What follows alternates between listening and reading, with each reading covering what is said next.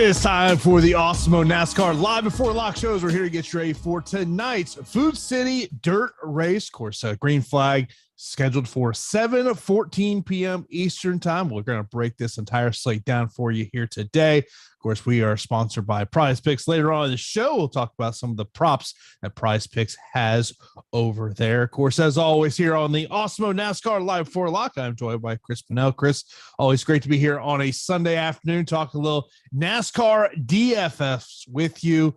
We go on the dirt. And so, I mean, first off, like, what's your thought of dirt racing in the NASCAR series? What's up, Jason? Looking forward to today's race. And my thoughts on dirt, not sure if it's popular or unpopular, but it's fun in theory, but they're ruining pretty much my favorite track. It's excellent racing without the dirt. I don't see the need to throw dirt on the track and just make it a big obstacle course for all these drivers. I'm not a huge fan of it, but it's here. We got to deal with it. So I'm looking forward to breaking down the slate either way, I guess. It just feels like a television gimmick to me. Like it's like some network executive with the NASCAR a couple years ago going, hey, this is what we're thinking. And I just don't understand. Like, Bristol is a track everyone loves. No one has a problem with Bristol. Do it to a track that nobody likes to try to get viewership up. The viewership on a Bristol night race is going to be good no matter what. Throwing the dirt on it, I think, is just a bad idea from the top guys.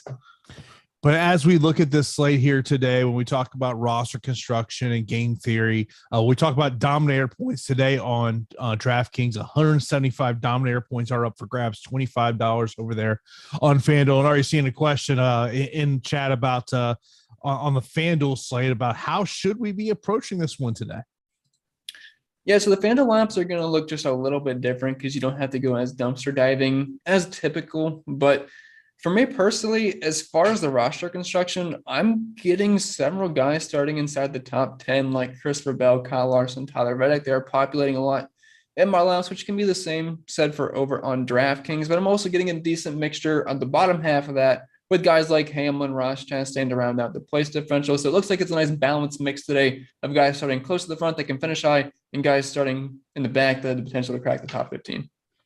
In terms of, you mentioned about, DraftKings, sometimes we got to do that dumpster dive. And I'm already, looking at our projection, there's clearly one driver that everyone is going to here. But, because obviously when we're talking about roster construction game theory, we're talking about Dominators plus stack the back, which, I know, seeing some things online, there's a lot of people talking about stacking the back today. Yeah, and I certainly understand that because there's a lot of uncertainty heading into this race. Like, we're on a dirt track and we're in a whole new car this year, so you can't even really look at last season's dirt race to even try to pull any of that data from it, because we've seen several drivers say that you cannot compare last year's dirt race, like Martin Truex Jr. said that, to this year's. And you're kind of seeing that in practice where Truex killed it last year, and in practice this time around, it's looking like the complete opposite form. So it looks like those statements some of these drivers have made are going to be correct. So stack on the back is certainly a safe way to go about it. But for me in tournaments, and I am looking to get some of these guys starting close to the front. If it's going to be difficult to pass and guys like Larson and Bell starting close to the front, their ceilings are much higher than some of these guys starting in the back that could just end up getting stuck in there in the 20s, even though they have theoretical high value just because of how far back in the pack they are starting. Mention this question from Alan. He says, are you expecting big movement from the back of the field, or will it be tough to pass? I think it will be tough to pass for some of these drivers. Now, like a guy like Martin Truex Jr., I think he's the most interesting guy to talk about on this slate because he's clearly going to pick up ownership because he's Martin Truex Jr. He's got great name value. He was great here last year. Wasn't a good finish, but he ended up dominating, just absolutely crushed it. And he's starting in 30th, and he's below 10K. So, yes, that's going to project well on paper. But if you're looking at the practice numbers, he was a fringe top 25, top 30 car. But on the flip side, you have a guy like Ryan Blaney, $200 cheaper, who's also starting in a similar position to Martin Truex Jr.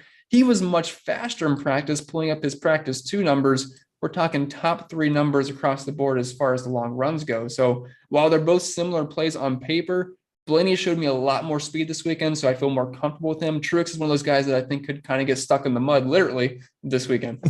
I was actually going to bring up practice because I know Phil wrote over Awesemo.com one of his pieces following practice talking about Ryan Blaney. What are some other major takeaways for you from the practice session? Yeah, it's one of the main things I have to look at this weekend because, like I said, we don't have any similar track types to look at. We can use this season of how they perform so far this year, but practice is something I'm looking at quite heavily this weekend. Practice 2 more so than practice 1, because that was after they made their adjustments. We got about an hour session, and a lot of these guys ride a lot of laps. So just some of the guys that stood out to me, just off the top of my head: Tyler Reddick, Kyle Larson, Christopher Bell in the 5 and 10 lap was very, very strong. Ricky Stenhouse Jr., Denny Hamlin looked pretty good as well. And then down low, Todd Gillen is someone that really surprised me too. Of course, appreciate everyone sitting here on a Sunday afternoon watching the Awesemo NASCAR Live Before Lock show. Give us a like and subscribe to us right here on YouTube so you can keep up with all of our shows, DFS offers, giveaways, and so much more. And of course, be sure to hit that notification bell so you know when a show is live here on the channel. Of course, coming up after us will be NBA Live Before Lock, as we'll get you ready for the nighttime slate of NBA playoff action. But let's get right into the top tier salaries, the upper tier for this race, as we'll look at the drivers who are 9,000 above over on DraftKings. So we've got Kyle Larson, who's starting 5th, the most expensive driver on both slates, whether we're talking DraftKings or on FanDuel. Then we got Christopher Bell starting 2nd, Joey Logano 10th, Chase Elliott 9th, William Byron 19th, Chase Briscoe 4th, Martin Truex Jr. 30th, Ryan Blaney 25th, Tyler Reddick 3rd, and Kyle Busch number 11. I know there was already a question about Chase Briscoe. I saw Bob had tweeted. Does not look like he's going to have to go to the back of the pack, but he is starting 4th here today. And you look at his salary, $9,800 over on DraftKings, $10,000 over on FanDuel. And this is a guy that, let's just say, not a lot of people are getting to. And which makes him really interesting in tournaments for me. I am planning on being overweight to the field, and it wasn't really because of what he did in practice. He was P16 in the 5 lap, P14 in the 10, and P22 in the 15. So it wasn't super impressive, but he has quite a bit of dirt experience, and that's something that we should see translate over the long course of the race. And he's had a fast car this season, $9,000. It's tough to get to. I mean, he's priced right beside major chalk like Truex, like Blaney, and then he's right beside the likes of William Byron, Elliott, Logano. So Briscoe's kind of sticks out like a sore thumb in that pricing range, but I would not be surprised if he hangs around the top 5 all day, picks up fast laps. And we've seen a lot of times this year where the guy that we don't think is going to end up dominating could end up dominating, and Chase Briscoe is kind of that guy that could slide under the radar. And that is what the ownership projections are telling us over on Awesemo as well. Yeah, I mean, when you look at these ownership projections, which is a core thing that I'm always looking at, and especially when, it doesn't matter what sport we're talking about. When I'm looking at the top salaries and in today's NASCAR race, I'm saying, okay, who can I get leverage on the field on? There's not much there in terms of slate. I mean, literally, it's Chase Briscoe, it's William Byron, and it's Joey Logano, Chase Elliott, and Chase Briscoe. Those are the 3 drivers. Outside of that, everyone else kind of locks there. And like there was already a comment in the chat about, Kyle Larson being, someone saying, hey, I feel he's a lock today. I certainly understand that. I can't go as far as saying to lock anybody in a dirt race because we're not exactly sure what's going to happen. But if there was one guy I had to lock, it would probably be Kyle Larson, just because I think there's a good chance he wins this race. He's the dirt king. We know that. He was fast in practice. If you're looking at last year, he did finish 29th at the Bristol dirt race. Got to keep in mind, though, he went to the rear to start that race, ripped through the field, but him and Christopher Bell did end up wrecking out. But he's now down, I believe, last night he was at plus 600 to win. He's now down to plus 350. So the public is certainly on Kyle Larson. It's a chalky pick, but hard up to see him in the top 5 all day and leading laps at some point. Now, of course, there may be people that just, they're building a lineup on DraftKings, and they start kind of looking at the last month of Kyle Larson. So this is what he's pulled off in the last month: negative 12.3, 4.2, negative 2.1, 59.1, and 14.4. Right. It's certainly not like it was last year, where it was basically picking 5 drivers last year. You played Kyle Larson every week and you find your other 5 drivers. Yeah, there was a point that, I mean, that price just got so high, but you're like, gotta go with them. But it has not correlated this year to this point. But you mentioned the point about a dirt track king over there. Obviously, we talk about dominators. He is obviously someone you look at as a dominator. Is this a 1/2 dominator build for you today?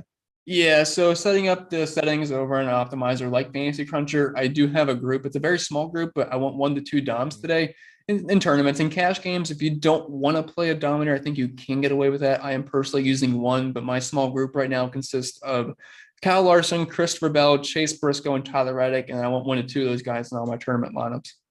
You look at the guys who have the highest Dominator percentage over in our top driver tool. You look at someone you just mentioned about Tyler Reddick. He is starting third, 9,200 on DraftKings, 11,500 over on FanDuel. Yeah, I'm huge on Tyler Reddick today, planning to be very overweight. I'd like to be almost double the field on Tyler Reddick today. I know he's going to be picking up some ownership, especially from what he did in practice, but it's hard to ignore these practice speeds. He was P1 in the 5 lap, P1 in the 10 lap, and P1 in the 15. He's been fast this year. He was fine at Bristol Dirt last season. I don't even want to bring that up because it's not going to be the same, but Reddick's good about just about every single track type, whether it's a road course, super speedway, sometimes intermediate track. So I am all aboard the Tyler Reddick Express this weekend. Christopher Bell, he is starting second here, 10,800 DraftKings, 13,000 over on FanDuel. Yeah, so he's like the direct pivot off of Kyle Larson because it is kind of hard to get him both and mix in all the place differential plays. Mm-hmm. And if you're looking at his practice one numbers, I was getting a little concerned because he put up a P28 in the 5 lap and a P32 in the 10 lap. But right of the ship in practice too, where he was P3 in the 5 and P4 in the 10 lap. So it definitely eased my concerns a bit. And like I mentioned earlier in the dirt race last year, you're going to see a poor finish. But him and Kyle Larson, the two guys you would expect to potentially win the race, ended up wrecking each other and their days were over. As long as that doesn't happen again, Bell and Larson are, as of right now, in the top 3 as far as my highest chances to dominate this race.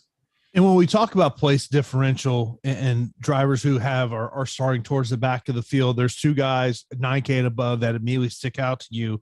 That is going to be Martin Truex Jr. and Ryan Blaney. We kind of briefly already talked about Ryan Blaney a little bit. 9,400 DraftKings, 9,500 there over on FanDuel. Truex Jr. 9,600 over on DraftKings, 11,000 on FanDuel. And just give you a little teaser, we're going to talk about Martin Truex Jr. A little later on when we talk about PrizePicks. Yeah, and it's going to correlate to what I'm talking about here, where I'm not really a big fan of Martin Truex Jr. in this race. And I know it looks really appealing. He's starting in 30th. I'm not saying he's going to lose spots and finish P35, but if he finishes like 18th, 19th today, which is right around where I have him projected to finish, he's not going to be that great of a play compared to some of these other guys. Like raw points wise, I have Denny Hamlin, Ross Chastain projected higher than Truex, and they're about $1,000 cheaper. So he is just someone I am not really getting to whatsoever. He was slow in practice. He's voiced his concerns. He said it's not going to be the same as last year. He was excellent at dirt last year. I was on him. He was good in practice, good in the truck race. Just not really the case this time around. I think he's probably the best leverage spot to be underweight in the field right now. Mention a question here from Jay Lopez about 2 drivers. We talked about the 2 most expensive drivers over on DraftKings. And Jay is wondering, can we fade Larson and Bell today? I do have lineups without Bell and Larson, but if you are doing that, you need to be pretty heavy on guys like Tyler Reddick and Chase Briscoe, other guys that can pick up the Dominator points early in this race. Because while people aren't going to be enamored with Dominator points like the past 2 weeks where we had 400 laps, there's still close to 200 Dominator points available to us. And if you just completely bypass those, you might have some decent min cash lineups, but you're not going to get to the top of the tournaments. Of course, something we do have to throw out there too is there is a rain potential in the forecast tonight, 50% chance for rain between 9 and 11 o'clock local time. So that's obviously something to think about as you're, thinking about how you're developing your lineups over there. Jeff Williams, man, I appreciate you there in the super chat. He says, playing high dollar GPP on DraftKings. Will you please rank Larson, Reddick, and Bell? So 3 guys we talked about. Of course, they're all start here in the top 5. So for me, it's kind of boring. It's the way they're priced. It would be Larson, Bell, and Reddick. But I will say point per dollar wise, it would be Reddick, Larson, Bell for me. So it depends on what you're going to look for in your lineup. Yeah, I mean, I think also, for me, I'm also looking at ownership projections, and Tyler Reddick is the most popular one when we're talking about those 3 drivers. Let's talk about some other drivers that are in this tier. We got Joey Logano. He is starting 10th. He's 10,600 on DraftKings. 13,500 over on FanDuel. And I mentioned about there are some drivers in terms of the top salaries that have a little bit of a leverage spot. Joey Logano is one of those guys. Yeah, he's got some pretty good odds to win this race. I believe he's tied for the 4th best odds to win with Chase Briscoe. And he did win this race last year. Again, I'm not going to put too many comparisons to that, but people are going to at least play him a little bit just because of what he did last season if they're trying to draw some comparisons. And practice numbers weren't terrible for Joey Logano. Was actually pretty solid. P7 in the 5, P9 in the 10, and P4 in the 15. I think he's an interesting pivot off of Bell and Larson because obviously people are going to want to get up to them, and we're already getting plenty of questions about them. And that's going to reflect in the ownership today. Joey's a decent pivot. He has more PD upside, but personally for me, I'm eating the chalk on Bell and Larson and getting different elsewhere in the mid range. I'm not getting to a ton of Joey, but I understand the play. Chase Elliott, he is starting ninth. He's 10,300 on DraftKings, 12,500 there over on FanDuel. Because of where he's starting, what's kind of your viewpoint on him as a type of play today? Yeah, I'm pretty low on Chase. Like this Chase Joey out of the 10K range, I'm hardly getting to any of, just because I'm so heavy on Larson and Bell, and I play William Byron just about every single week, no matter what. So at some point, I just gotta get lower on somebody. And Elliott's one of those guys, and I don't know if it's just because I saw him spin like 4 times on Friday in practice, but it's giving me some bad vibes on Chase. Like practice wasn't bad in the 15 lap where he was 5th, but in the 5 lap he was 21st. In the 10 lap he was 18th. If you had to be low on anybody, Chase Elliott's the lowest one I'm on as far as the big dogs go. You mentioned about William Byron, 10,000 over on DraftKings, 12,000 over there on FanDuel. He's starting 19th, and he has been a stud in DFS over the past 4 races, finishing first twice, third in another, 12th in the other. Of course, last week, just if you didn't have him in your lineup, you were not optimal, plain and simple. 134 points he got last week. The previous race, 84.5. And the other race that he won, he scored almost 87 DK points. What's your thoughts on William Byron today? Yeah, he's interesting because he doesn't really have any dirt experience, but Byron seems to be one of those guys that just picks up on things quite easily. Like he hasn't even been driving stock cars for that long. Started up in iRacing, and he's still a super young guy. I want to say he's just about my age. Like he's not very old whatsoever, but he's just been excellent this year. And he's starting in P19. There's plenty of place differential upside. That's one of the other reasons why I'm not that high on Logano and Chase Elliott, because I feel like they're all similar plays, but why not give me the 10 extra spots with William Byron? And as good as he's been this year, it's hard to imagine he's not going to be that strong. And even dating back to last year, even less dirt experience for him, he still finished 6th in that race, which was kind of surprising. So I can definitely get on board with Byron a little bit cheaper and definitely like the PD upside. The other driver we've not mentioned in this tier, he's $9,000 on DraftKings, 9,300 over on FanDuel. That is Kyle Busch, who is starting 11th. Yeah, I'm mainly getting there because of the price point. It's not that I'm over in love with Kyle Busch, but whenever I can Kyle Busch at $9,000 flat on DK and very cheap over on FanDuel starting in 11th, Kyle Busch is one of the most talented drivers in the field, no matter what kind of track we're at. And practice wasn't even that bad for him. Looks like he's got about a top 10 car. And I believe he was leading at the Bristol dirt race last year, when ended up getting some like mud clamps on the front of his car. So he had to come down pit road, it ruined his day. But I mean, at this price point, I think you at least have to get some shares of Kyle Busch. He's got some of the better odds to win this race. And if you're just betting on driver talent, Kyle Busch is right at the top of the list with guys like Kyle Larson and Tyler Reddick. Mentioned a question over from our Discord chat from Chuck Nasty 69. FanDuel cash question: Reddick or Byron? For me, I'm gonna side with Reddick. It's just because I think he's got really good potential to stay up front and finish in the top 3. William Byron, while I do like him a lot over on DK, I'm not getting to him quite as much over on FanDuel, but it is quite close. I'm actually looking at my tournament exposures, and I have Reddick about 35%, William Byron around 30%. So they're very similar plays, but for me, I feel a little bit better with Reddick. Now, of course, this is the Awesemo NASCAR Live Before a Lock show as we're getting you ready for tonight's NASCAR race, and get access to all the great Awesemo Plus tools and content for nearly every DFS sports out there with an Awesemo Plus weekly pass for $29.95. This gives you full access to all the premium content and tools on Awesemo.com, including player projections, ownership projections, our Discord channel, lineup builder, and so much more. And of course, if you're only looking to play NASCAR DFS, you can sign up for one of our Awesemo Plus NASCAR packages, which start as low as $9.95 weekly. Of course, note that Fantasy Cruncher is an add-on. It can be easily added to these packages at checkout, but are not included in our base packages. Stop guessing, start winning. Join Awesemo Plus today. And when it comes to our NASCAR content, I always go to that top driver tool, and then pretty much what I do is I export it out, and then I kind of there's certain tools that I'm really looking at. Obviously, ownership is one of those, projection, dominators, top 6, top 5 percentage, whether I'm playing on DraftKings or on FanDuel. I'm actually playing a little bit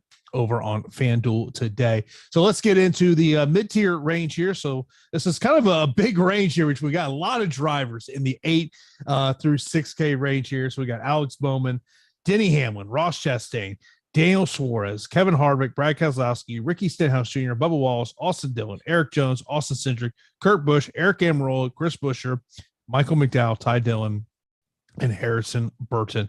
Let's just go to, I think I've already seen a couple of questions on this driver, Denny Hamlin, who is starting 34th, 8,700 on DraftKings, 9,000 over there on FanDuel. I mean, it's kind of twofold. So obviously, when you have a driver that we're seeing what we're projecting ownership, it kind of goes one or two ways. Like, okay, all right, do I want to be even with the field? Do I want to be a little less, maybe a little more? What's your thoughts on Denny Hamlin today? I think Hamlin's good chalk today. I do think there is several traps in this place differential of all the place differential drivers we have, but Hamlin's one of the guys that I feel pretty comfortable with. I mean, this is a guy we're usually paying around $10,000 for. We're getting him at $8,700. And while he's been pretty hard to trust this year, he was fast in practice. He was 6th in the 5 lap, 5th in the 10, 6th in the 15 to drop off a little bit in the longer runs. But right now, I gave him a very modest projected finish of like 16th to 17th place. It's not like I'm banking on a top 10. Even with a very modest fringe top 20 finish, we're talking around 50 DraftKings points at sub $9,000. So for Hamlin to bust today, he's probably going to have to wreck because, he's not going to ride around in P30 all day. So I'm definitely on Hamlin for playing cash games. He's a staple on both sides. In tournaments, I think he is good chalk to eat. Another guy that a lot of people are getting to is the guy that's starting right in front of him. That's Ross Chastain, starting 33rd, $200 cheaper, 8,500 there over on DraftKings, 6,800 on FanDuel. And I can already see their reaction. Anyone who checked out your video earlier this week, which was a video that was put out before, practice and qualify, you talked about Ross Chastain. Yeah, 60. I liked him at $1,600 before I even thought he would even start like outside of the top 20. If he was starting 15th, I'd still like Ross Chastain over on FanDuel. We're getting him in 33rd. I realized practice wasn't like amazing for him, but it's hard to imagine as fast as he's been this year, he's not competing for a top 15. And it's just so hard to get away from that. I mean, on DraftKings, you can make a case it's slightly harder, but even then he's going to be insanely chalk and that price is still too low. But on FanDuel, he is basically a free play because he is priced around guys like Austin Dillon, Eric Jones, Kurt Busch, Eric Almirola. And it's too hard to pass up. I mean, it could obviously, a lot of leverage can be had if something happens to Ross Chastain, but I'm not really sure I want to bank on a wreck out of him as good as he's been this season. Of course, we've been talking about place differential, and one of the drivers you mentioned there was Eric Almirola. He's starting 31st, 6,800 on DraftKings, 6,000 on FanDuel, another popular play today. Yeah, I do think he's a good cash game play. The one thing I will say I was a little bit concerned about in his heat race, he did not look that strong, which is a little concerning. But in practice on Friday, the day before, it looked really strong. I mean, he had top 15, top 10 numbers across the board, looked really strong in the long runs, P3, P4, and P3 in the 20 to 30 lap runs. So it seems like he should have a decently fast enough car. If he was more expensive, I'd say he's kind of in that Harvick range for me where it feels like a bit of a trap, but I do think he's cash game worthy. But in tournaments, I do have some slight hesitation because of what I saw in the heat races, but I don't want to overreact to that too much. So I can certainly get behind some Almirola. Mining away, mentioned about any weather risks. I'll mention this again, 50% chance of rain between 9 to 11 o'clock local time. So basically 2 hours after the race starts right now, green flag is currently scheduled for 7:14 local time there in Tennessee. Alex Bowman starting 8th, 8,900 over on DraftKings, 10,500 over on FanDuel.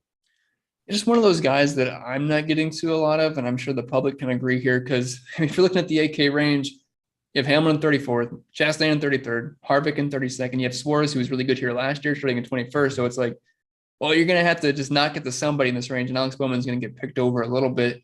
Practice speeds probably suggest he's going to finish close to around where he starts, which I need more upside out of a guy that's close to $9,000. So he's just one of those guys where I'm fine being underweight to the field on. Daniel Suarez, someone that you just mentioned, someone in chat, I brought him up a little bit earlier. He's starting 21st, 8,300 on DraftKings, 8,500 over there on FanDuel. You mentioned about, did show last year what he was able to do his track, but you also talked about earlier on the show.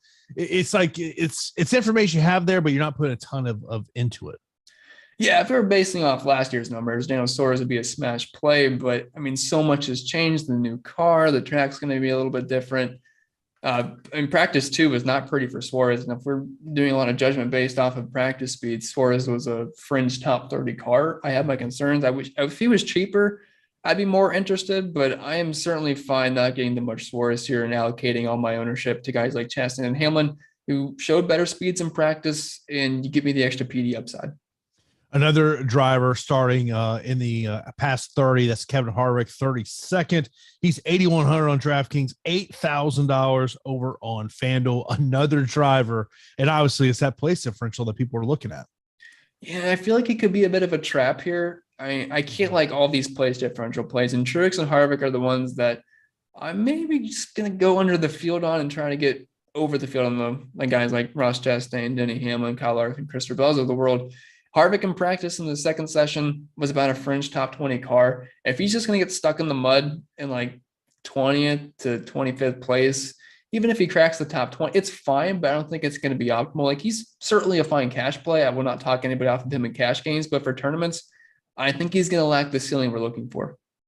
Matthew has a question concerning the rain. He says, what about rain if you think it ends early, lineup construction then? It's interesting because you can look at it two ways. If you think it's going to be hard to pass, those place differential plays are just not going to pay off if they're all stuck mid-pack. But also, it's going to limit the amount of Dominator points we have. And if it was easy enough to pass or the field gets shuffled and there was wrecks, the place differential plays are going to outweigh the lack of Dominator points that we had. So you have to look at it both ways. And I wouldn't even mind building like on separate occasions where you're maybe heavier on the guy starting at the front because no one can pass in the back, or vice versa. Next, I will mention about Brad Keselowski. He is starting 18, 7,900 on DraftKings, 7,300 on FanDuel. Yeah, Brad Keselowski. I think you know my takes on Brad Keselowski most weeks. I have a feeling we'll be talking about him here with Talladega coming up. Oh yeah, well that'll be the week we can talk up Brad Keselowski. This week, it looks like the RFK cars might be all right. He did show me a P15 in the 5 lap, a P22 in the 10 lap. We know he's a talented driver, and if you want to bet on driver talent, Keselowski certainly has that. It's just he's been in a downgraded car this year, getting away from Team Penske, so there's been a big drop off. But I could maybe get behind a little bit of Brett Keselowski, but for me, the 7K range, there's two guys I really like, so Keselowski is not someone I'm getting to a lot of. Yeah. Next up, we got Ricky Stenhouse Jr. He is starting 16, 7,700 on DraftKings, 8,300 over there on FanDuel. Obviously, not a dominator. This is all about place differential. And I'm in love with Ricky Stenhouse Jr. today. I know that's very dangerous to say, and it's been a really tough ride with Ricky Stenhouse the past month or so. And if you've been playing Ricky, he starts 30th every week, and then he finishes just about 30th every week. It doesn't work out, but he has dirt track experience. He was super fast in practice. He was P2 in the 5 and 10 lap in the second session, also P11 in the 15, and he finished second here last year. It's really hard for me not to get to a lot of Stenhouse. I'm planning on being close to double the field on him right now, which it feels a little bit scary, but I think this is one of the best tournament plays on the entire slate. It's been a tough month or so being in the Ricky Stenhouse Jr. business. Obviously, got off to a good start to start the season, but when you look at since the calendar turned over to March, so these are his DraftKings points: 10 points, 22, 16.1, -5, 20.7, and 16. You mentioned about those finishing spots: 27, 28, 37, 31, 28, and 21st. I'm gonna say he cracks the top 10 today. That's when you're gonna be sweating out. Oh yeah, I'm probably gonna be wrong, but I think this is a stance I want to take this weekend. Yeah, it's unfortunate. There's some times where Ricky can be doing really well, and then you feel good, and then we all know what happens. Yeah. Bubba Wallace. I know you talked about Bubba Wallace on your video earlier this week. He's starting 22nd, 7,500 over on DraftKings, 75, same exact price over on FanDuel as well. Yeah, I mean, if you're looking at last year, he did finish 27th in the dirt race, but he was running a lot better than that. Just, issues happen. The average running position was much better, though, 12.4. Showed some decent long run speed in practice. He was top 5 across the 20 and 30 lap runs, which does give me some hope. And he does have some dirt experience. They won a dirt race at Eldora way back when, I want to say 7 years ago, probably when I was in middle school. But, I mean, starting in 22nd, he is fine. It's just I don't really love playing Bubba Wallace too much. The way I know I like them heading into the weekend, but the way the slate shakes out, he's not as good of a play as I thought he was going to be. He's still someone I like in tournaments as a low end leverage play, but between him and Stenhouse, I think Stenhouse is a clear play. Now, as we start to these other drivers we're going to mention, these are drivers who are not getting a ton of ownership. So let's start off Austin Dillon. He's starting 12, 7,400 on DraftKings, 6,300 on FanDuel. He's one of the two I was talking about in the 7K range where I love him and Stenhouse. I think they're some of the best tournament plays on the entire slate. He's starting P12, so it's not going to look too appealing on paper.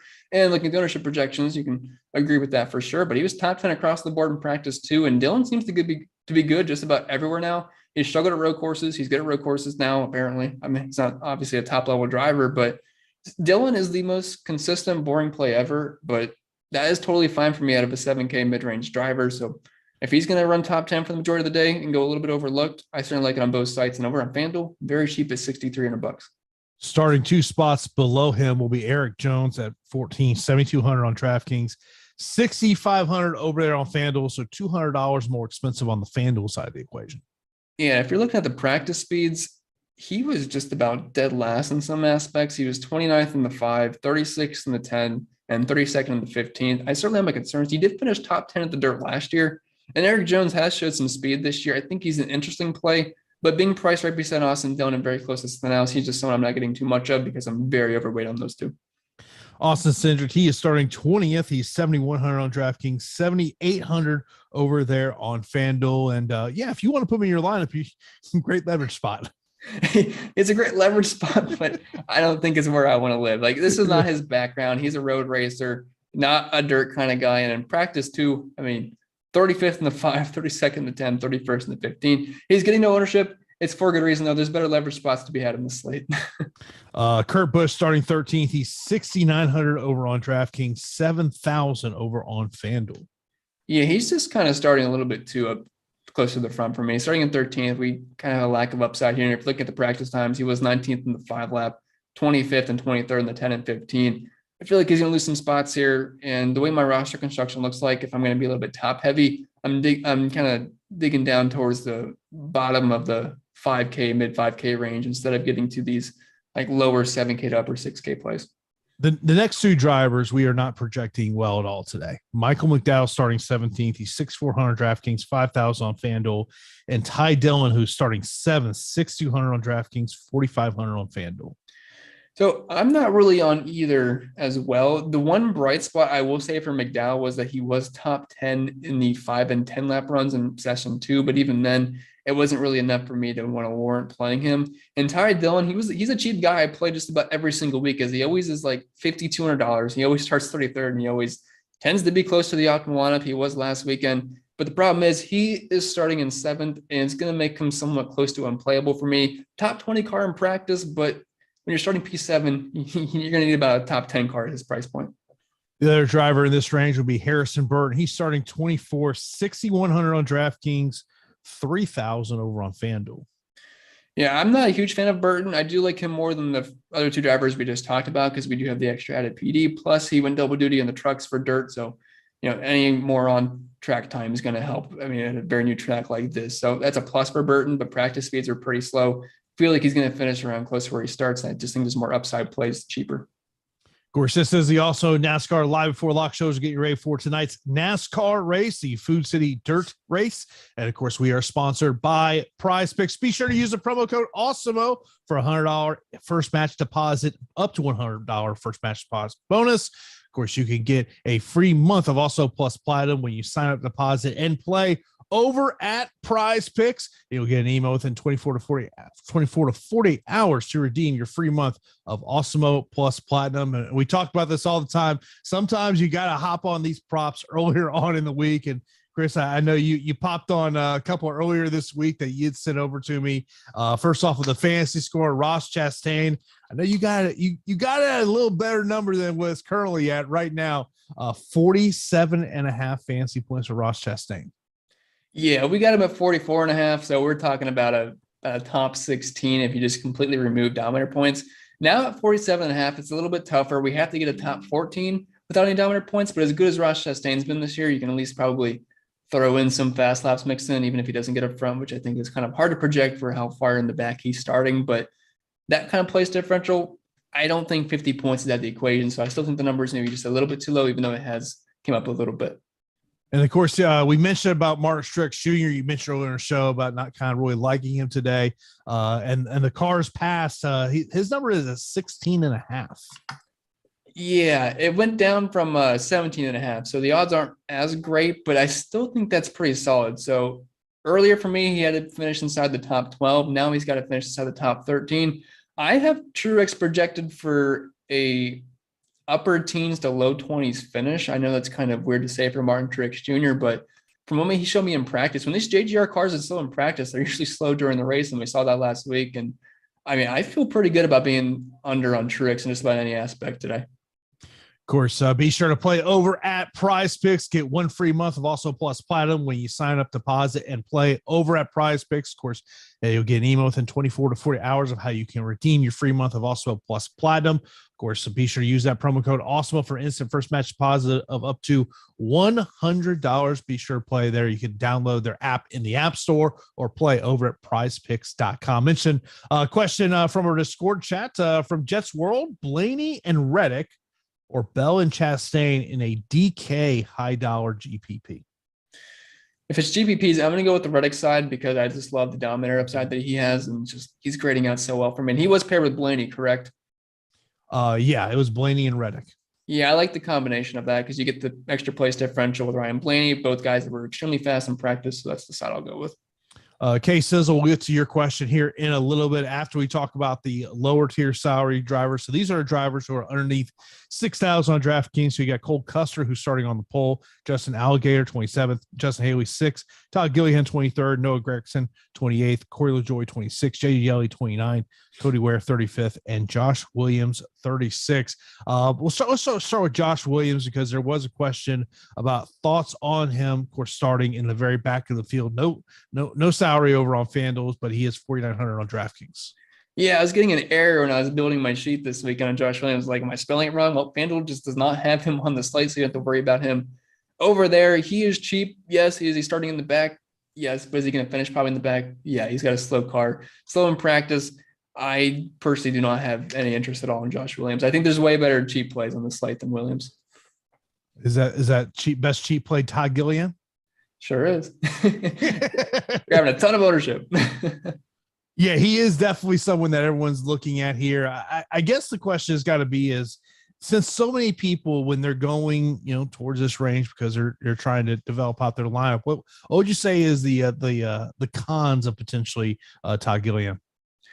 The cons would be that it's Todd Gillihan and he's going to be chalky, which, it could always go south for sure. But the thing is, there's just a lack of good plays down low. Like, usually we have like an abundance of solid plays, but outside of Gillihan and Gregson, it's like, where else are you going to go? Justin Haley starting P6, Cole Custer starting P1, Ty Dillon starting P7. There's like the only two that really stick out. So while they're going to draw a lot of ownership, it's like, I totally understand it, especially with how good they were in practice. Here's a question with Cole Custer. How many laps could he lead? Right now, I gave him about 13 to 15. He's going to have to hold off Christopher Bell and Kyle Larson and Tyler Reddick, and that is no easy task. I know Custer kind of hung on last weekend, but once William Byron got him, he got dusted, and then we never saw him again due to a penalty a bit. But I just don't. Custer might be solid for 15 laps, but how long can you really hold off the dirt track kings of Bell and Larson, breathing right down his neck? How much when you look at obviously what we're seeing ownership projections, and we talk about Todd Gillihan being the guy that a lot of people are going to, is the natural pivot if you're trying to live down this range, Noah Gregson? Yeah, I mean, he's still going to pick up ownership, but it's not going to be as much as Todd Gillihan. And he honestly put up some similar practice speeds to Gillihan, where he was P7 in the 20 compared to P5 for Gillihan. He was P8 compared to P5, P6 compared to P4. So the practice speeds weren't too far off. And he's also offering you 5 extra place differential spots as well. JJT says, talk me out of Justin Haley. Well, he's an interesting tournament play. He does have a little bit of dirt experience. The problem is he's starting in 6th. And for him to be optimal over a Gillihan, who I even have Gillihan projected to finish higher than Justin Haley, it's just there's so much downside for where he's starting. Because if you're looking at, like, if you gave Haley a really solid 14th place finish, I think that'd be really good for Justin Haley. We're looking at 21 points. Meanwhile, Gillihan, if he somewhat has that practice speed in the race, a P14 would net him 38 points, which is actually his prop over on PrizePicks. As you look at the rest of these plays down here, so you got, Justin starting 27th, Corey starting 26th, JJ 29th, Cody 35th. Any of these guys interest you at all in tournaments? LaJoy would be the only one I can get to just because he's not a complete junker like Yaley, Cody Ware, and Josh Williams. LaJoy at least showed us some top 25 speed in practice. So we know LaJoy at least has some upside. I mean, we usually compare him to Ty Dillon most weeks. I don't like him as much as the other two we talked about in Gillen and Gregson, but he's going to have much lower ownership. And while he didn't have quite the speed the other two have, I mean, if there's attrition in this race, he could sneak into the top 20. Mentioning about Cole Custer, there was a comment that just came in our Discord chat. If you're making a rain out lineup, is Custer in it? He is not. I believe the rain's supposed to come in if it ever does. I think it's around 9:00, which we should get like an hour or so of racing in. By that point, I think we have like a Larson or Bell that's up front, and Cole Custer probably slid to around like 10th to 14th, hopefully by that point, because I'm going to be a little bit underweight at Custer. Of course, if you do got any questions, line those up in chat. We will get to those. Talk about the betting side of it. Obviously, Kyle Larson, he's the overwhelming betting favorite in this one.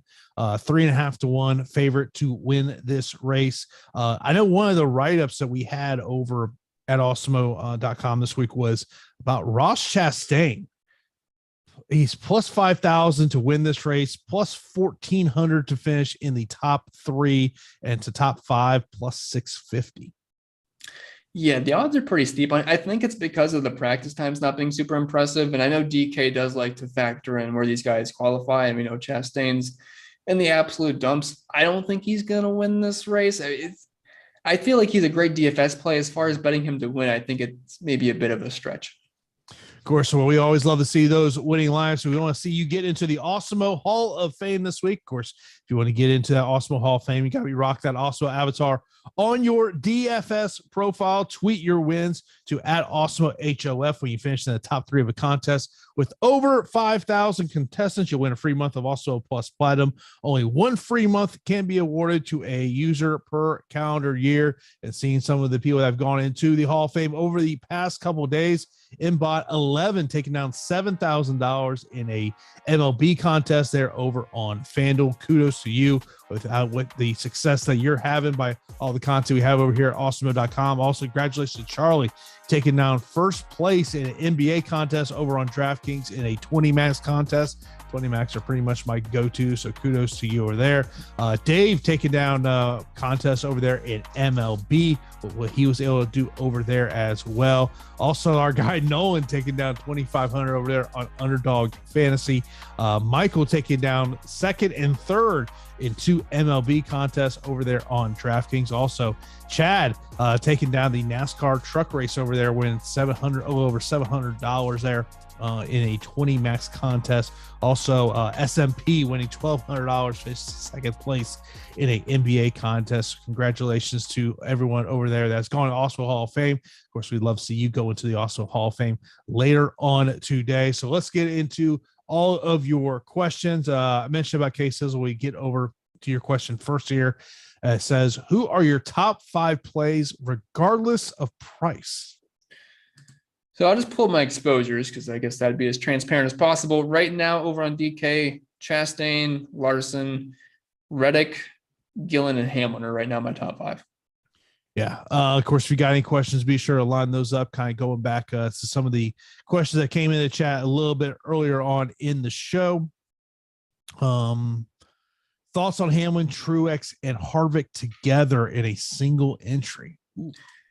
Assuming that's a yeah, and you're eating a lot of chalk too. And I'm actually pretty low on Harvick and Truex. I think there's way better pivots. Like from Truex, you could pivot right to a Briscoe or a Blaney. I know Blaney's going to be chalky too, but he showed us a lot more speed. And as far as Kevin Harvick goes, I mean, you're right beside that Ricky Stenhouse range where I think he's one of the better tournament plays on the slate. So you're eating a lot of chalk for a single entry tournament. If it's a cash game, yeah, that's fine. But if it's a tournament, I feel like there's a little bit of 2 little trappy plays there that are going to eat up a bunch of ownership. Of course, you got be sure to line those questions up over in the YouTube chat, also in Discord. We'll get to those as we do go on here. Of course, coming up here in about 15 minutes from now, we got NBA Live before lock. So be sure to stay tuned here to Awesemo.com. And of course, be sure to hit that like button. And of course, you're not subscribed to Awesemo right here on YouTube. Hit that subscribe button, hit that notification bell so you know when a show is live here on the channel. Reddick or Briscoe on DraftKings? I think this is pretty easy answer. Yeah. Yeah, it's Reddick. I love Reddick today in all formats. I think he's arguably the best play. DraftKings GPP, Bell and Reddick, or Larson and Blaney. Oh boy. Oh, if it's a tournament, I'm gonna go with the Bell Reddick side because Bell's gonna be lower owned than Larson, and then Reddick. You're loading up on two guys in the top three, which a lot of people aren't gonna want to do. So I think it's different enough in tournaments, even though they're somewhat popular plays today for sure. GPP on DK from Scott here. Austin Dillon or Eric Amarola. Austin Dillon. I think Austin Dillon's one of the best leverage plays in the slate. Amarola's gonna be pretty chalky. There's a chance that he could kind of get stuck in the back wall. Austin Dillon just has some really good starting position to start with. Jim saying, he goes, I have Larson, Bell, Reddick, Harvick, Gillian, and Gregson. Thoughts? So obviously you're really going top heavy with that lineup. And then of course, obviously going towards the bottom. I mean, I think part of that equation has got to be is, when you're talking about getting to drivers who are underneath 6,000, do you want to have two of those guys in your lineup, or is the thought process that, hey, if I get to those guys and let's say they can get me 25, 30 points, then that lineup makes sense. Yeah. And I'm looking at some of my lineups right now, instead of just the individual exposures. I do have some lineups with Gillen and Gregson in there both. So I do think it's fine. It is going really top heavy though. So just one offhand, I got like a Larson, a Byron, a Blaney, a Chastain, and then it gets Gillen and Gregson. I actually don't think that's a bad lineup because I think Gillen, I know they're both cheap, but if Gillen was like $7,000 as fast as he was in practice, I still think I'd be on him. So I'm not against it. And with the way the roster construction works out, it's not my favorite way to go this week. I prefer one, but I could understand two. Mitch Logan over to Score. He goes, I want to get the Stenhouse, but I'm scared. If it's anything like last year, even if you spin, someone might not be able to react quick enough and smack right into you. I understand. It is very scary liking Ricky Stenhouse Jr. It's very scary plugging him in your lineups. He's one of my highest owned drivers today. When I was mentioning my top five, he was right. He was knocking on the door as my number 6 highest owned driver. So I'm right there with you. We'll all be holding hands, but I think the upside is certainly there in tournaments. I mean, mentioning about drivers that do scare you today, like as you kind of, obviously you look at your exposures, that's going to kind of give you a good indication. But like as you think about how this race could play out, is there someone that you look at and say, man, I'm just not sure if that driver can really cash in for me? Yeah, it's kind of the guys that I've mentioned where Truex and Kevin Harvick do scare me a bit. Like the place differential is super appealing. They're going to get ownership, and the upside is certainly there, and their floors are very good. Like arguably two of the best floor plays on the slate, but I just feel like the two old men are going to just kind of mail it in today, and they're going to kind of ride around P20 all day, P20, like low 20s, maybe upper teens, and that's just not going to be enough to be optimal on this slate. Josh, and I'm pretty sure this must be a DraftKings question here. He says, can you play Logano over Larson in GPPs? You can. Numbers wise, it doesn't make a ton of sense to me just because of how my projections point out and the chances for them to dominate. I still think Logano is a decent enough play, but as much Larson and Bell I have, I just naturally can't get to that much Logano. So while you can do it, the leverage will certainly be there, but I wouldn't do it personally. Yeah, I mean, I kind of feel like it's a little bit of a different story when we're talking about the FanDuel side because everything's kind of similar over there. Yeah, like on FanDuel, on DraftKings, I'm always having some pretty big stances. Over on FanDuel, I always notice I'm a lot closer. Like instead of like in DraftKings, I believe my highest owned driver, I want to say is around 55% as far as my exposures go. Over on FanDuel, I don't usually get above like the mid 40s. Everything is so close because the Dominator points, you can really separate yourself with Dominator points on DK on FanDuel. We're talking like all these lineups. I'm always looking at the leaderboards. We're like 0.2, 0.3 off of each other, and they can change so quickly. Yeah. Al says FanDuel, he's got a FanDuel question, single entry, Brad Keselowski or Kurt Busch. I'm pretty sure you know the answer to the question, but we'll get your take. It's two drivers I'm not in love with. I'm going to pull up my exposures because I can't imagine I have too much of either. So it might come to a surprise to us all, and it's a surprise to me, but I do have a little bit more Brad Keselowski, and I think it's because of the place differential upside. Starting 5 spots further back, I feel like they're going to finish somewhat close to each other. So I have a slight edge to Brad, but it does not feel good saying that out loud. Yeah, we for those who are not familiar with kind of how Chris has talked about this, of Brad's a guy that you want on super speedways, and then any other type of track, it's limit where you're getting to him. Right. is the best way to put it there. Of course, if you got any questions, be sure to line those up in chat right now. Obviously we've talked about, between dominators and place differential and some of these place differential guys, someone who is getting ownership, but I know you're not really in love with him today, is Martin Truex Jr. Ryan Blaney is obviously, all joking aside with your love for Ryan Blaney, he is a solid play today. Yeah, if you're looking at the long runs, he was top 3 across the board. And after just betting on drivers that have been very fast this year, Ryan Blaney's been killing it pretty much just about everywhere. So I see no reason not to like him. His price is down. I believe he was 10.9 last week. Very expensive. Always also around $13,000 over on FanDuel. He's back into his normal mid 9K range, where it makes him just so easy to plug in, especially over on FanDuel at $9,500. So I'm getting to him a lot. And it's not just because I love Ryan Blaney. It's just because it makes sense number wise for me. Mention this question over from Discord, talking about the potential of this race getting rain. It says, what practice time should I base the lineups off of? I want the cars that were faster in the day because that's when this is running. Well, for me personally, that's not something I am going to do. If you want it earlier in the day, it would be the practice 1 sessions, but they made a lot of adjustments. And so the cars are going to be different, obviously. So it's not something I'm personally going to do. I think that's probably getting into it too much. I personally would just kind of base it off of, if you don't think there's going to be a lot of passing, you'd want to be heavier on the guys in the front. Or if you think it's going to be a carnage field race, you want to maybe more so go heavier on the guys in the back, like up your Truex exposure and then maybe lessen your Larson, Bells kind of guys. In terms of, for the people that are watching that are developing their single entry lineups, they're just building a lineup, they're logging into their FanDuel, their DK app. What would be your advice to them of how to start their lineup building? So for me personally, if I'm doing tournaments or single entries or anything like that, I want at least one Dominator today. I know a lot of people are saying about stacking the back, but I do think you're going to need a Dominator today, at least one. And I would pick between Kyle Larson, Christopher Bell, Chase Briscoe, and Tyler Reddick today. I think one of those guys are going to lead a good chunk of laps, and you'll probably see them in the optimal lineup. Kyle says 9,500 left for final driver on DK. So obviously we don't know what the rest of your lineup looks like, right. But I guess maybe the question is, from that 9,500 up and left, I mean, obviously Kyle Larson, 9,500 left. So you're looking Blaney, Reddick, Busch. So I'm guessing it's got to be a decision between Blaney and Reddick. Yeah. So my theory here would be, if you have a bunch of place differential guys already in your lineup, I would put in Reddick. If you already have some top heavy guys, like maybe Briscoe or Larson or Bell, I would get Blaney to kind of balance out your lineup. Angelo says getting a ton of Hamlin, Chastain as well. Ross worries me on dirt and shorts, but 33rd is tough to avoid. Yeah, and it's a price thing. If he was like $10,500, I would understand not wanting to get to too much Ross Chastain, but we're talking $8,500, and the same could be said for Hamlin, where we're usually playing 5 figures for Hamlin. We're getting him as a mid-range driver, and while they're not maybe your prototypical guys you want to roster at this type of race, it's like you got to also keep in mind the price tags. Paul says, much interest in Cody Ware? Same as every week, which is none. Yeah. Next up, Angel says, do you like Justin Haley at all? He looked fast in the heat and also drove the car in well, looked very comfortable and on an outside chance at Dominator points.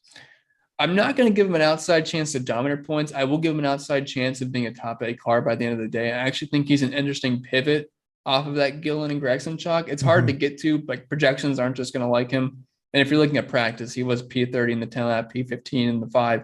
So it's not like he blew you away, but I will admit he did look strong in the heat race, but that starting spot's tough. You're going to have to hope he gets that top 10 finish. Of course, the race will start here. 7:14 p.m. Eastern time is the green flag. So you still got a couple hours left to put in your lives. Of course, appreciate everyone tuning in here to the Awesemo NASCAR Live Before Lock show. Of course, we'll be here next Sunday. Appreciate everyone tuning in. Coming up next is NBA Live Before Lock. Hope everyone has a great weekend. We will talk to you next week on the Awesemo NASCAR Live Before Lock show.